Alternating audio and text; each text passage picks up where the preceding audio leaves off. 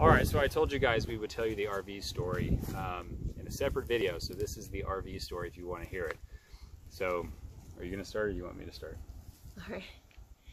So a neighbor of ours came across this little camper that another neighbor had, and he offered it to us for the price of fixing one of the tires. Which was what, like $70? $60, I think. Something like that. So super cheap for a like small camper. Was it like 20 feet long? Yeah, it was about the size of the chicken coop, maybe a little smaller. Yeah. So we thought that would make a good chicken tractor that we could like pull around the property on a tractor we don't have, and all these grand ideas. And it sat there and it sat there and it sat there as this old rundown camper for like 2 years, right? Yes, forever. It was terrible. By the way, if you want to see the RV in its original glory, I have a video on our Kusch Farm page that I did with my drone where the RV is in the video. I'll make sure to link it to this video. So you want to see what it originally looked like, you can do that. It's like some sort of camper horror story, like the beginnings of a It is kind of dark and creepy, yeah. So we had never intended to use it for actually housing humans, but the process of breaking it down was difficult. So I kept putting it off because I didn't want to get in there and work on it. So one day while Jenny, you were gone with the kids. You were here with Ian. Right. I had some kids with me. I was teaching then. Right. So Ian and I were here at the house. She had the kids.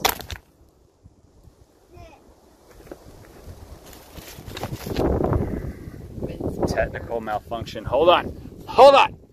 Is it still playing? All right. Malfunction corrected. It's getting windy, so hopefully you guys can hear the story. All right, so Jeromy had been discussing the idea of just lighting the whole thing on fire. I legitimately thought that he was joking every time he brought it up. It was basically a joke. But just in case, I did repeatedly say that is a terrible idea and I don't think you should do that. Okay, so again, full disclosure, it was actually a joke the first 15 times I brought it up, but I did dwell on the thought a little bit, and it got to be a little bit more reasonable every time I thought about it. So he did try to pull some things apart, and I did. It took, like, I worked on the thing for 4 hours. Despite how run down and falling apart the trailer seemed to be, it was not coming apart. It's terrible. Pry bar, sledgehammer, everything I could think of, and I could barely get a few of the seams popped around the edges. Yeah, for as junky as that stupid thing was, it held together really well. So Ian and I were working on it that day, and I think we actually worked on it for a couple of days before I got that itch. Itch. So I pull up to the front gate. Yeah. Well, we need to specify where the front gate is. So I pull up to our front gate, which is not anywhere near the chicken coop. There's large trees, probably 4 or 5 acres between the chicken coop and the front gate, and I see flames, not smoke. I mean, there was lots of smoke, but gigantic flames towering over the trees. So of course my initial reaction is the house is on fire. Hopefully everybody's out. What is going on? And then I thought, oh, he probably lit that trailer on fire. And I pull up. You said you could see the smoke all the way from the entrance of the neighborhood, right? Yes, but I did not think it was coming from our house. To give you a perspective on this, so the entrance of our neighborhood is at the end of a 3-mile road from our house. 3.5 miles. So by the birds flying, it may be like a mile from here to there, but it was a massive black plume of smoke. So it was a pretty hefty amount. So she could see that all the way from the highway. And then when she got to the gate to come into our property, which is probably about an acre to 2 acres. It's about 4 acres. Well, but in a straight line, it's probably an acre, 2 acres. Yeah. So either way, she could see the flames from there. So do you want to tell them what you saw? So then I pull through the, around the driveway to come up to the house, and the chicken coop's on the side, away from the house, but over here. And Jeromy is running around with the hose, frantic. The whole thing is on like a massive, gigantic, towering inferno. And Ian's running frantic with buckets of water. And I could feel the heat coming off the thing inside the car, which is like, 40, 50 feet away from the chicken coop. And I thought, Oh my gosh, this is terrible. This is a terrible idea. We're gonna light the whole forest on fire. Yeah, fortunately where we lit it, there's only one tree close, and we did kind of fry the edges of the tree. But there's really nothing around it. So there's not really enough grass or enough trees over here to engage anything else, which is one of the reasons I thought it would be possible. But it is probably too close to the house to be reasonable. Anyway, so let's rewind back to the not Jenny pulling up to the driveway, to the moment that I decided to go ahead and light it on fire. So I did get kind of frustrated during the day because I was slamming at the kitchen counter, and it was flimsy. It was like a 1/4 inch piece of plywood with the sink dropped into the middle of it. I couldn't get the pipes detached. I couldn't get the sink counter, and I'm just slamming at the thing with a sledgehammer, and it won't come loose. And so, again, that was after a couple of days as Ian and I kind of gingerly trying to work through it, because we wanted to spare the walls so we could use the walls for the chicken coop. So I didn't want it to get too rough with it. And finally I look at Ian, I'm like, look, let's just light this thing on fire. And he kind of gives me that look like, okay, are you sure? Because I don't want to get in trouble for it.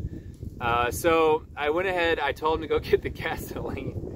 And we filled a little small cup with gasoline, and we put it inside the trailer on top of the bed. And then I did not know that. Oh.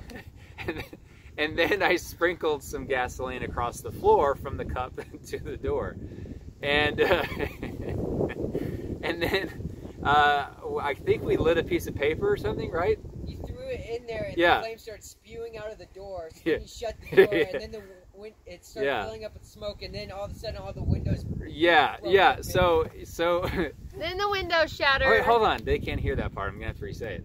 So, all right. So I lit a piece of paper on fire and threw it in from a short distance, and the whole thing just erupted. And so I slammed the door closed on the RV, and Ian and I took a big several steps back.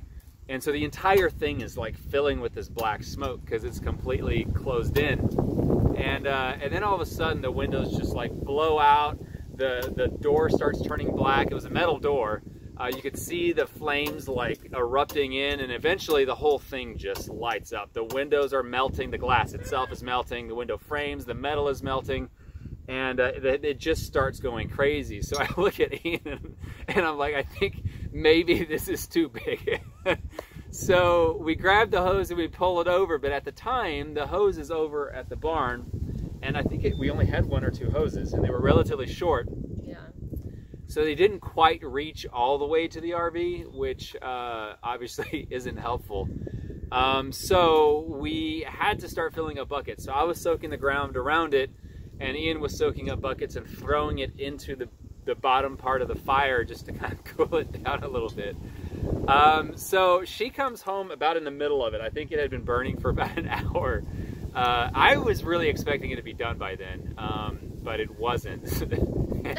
So she comes up, and I turn around and I see her coming down the driveway, and I'm like, hey, no, nothing to see here, no big deal. And so yeah, we watched it burn down for probably another 30-40 minutes.